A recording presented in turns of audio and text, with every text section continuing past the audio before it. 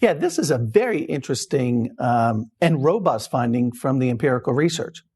It is not the external judge's rating or the therapist's rating of how empathic they're being that correlate with successful psychotherapy. We should probably stop asking those questions.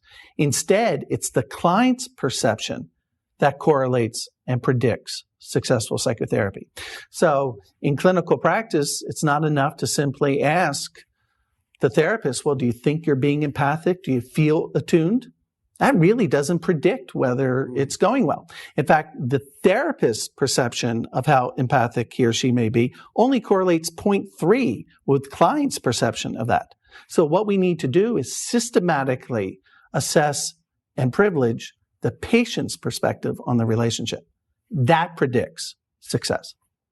And how do we get a sense of that? Of what in therapy? Yes. How the client, is it important to gauge? I mean, is this useful in the therapy? Sure, it's research out here, but how is that information useful in the therapy? In the moment, it's very useful to psychotherapy and to the respective participants.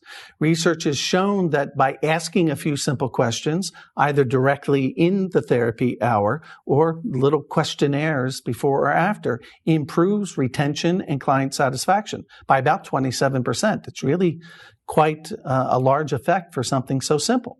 I ask simply 3 types of questions. All right, let's hear them. So I would say, Randy, how do you think the psychotherapy is going?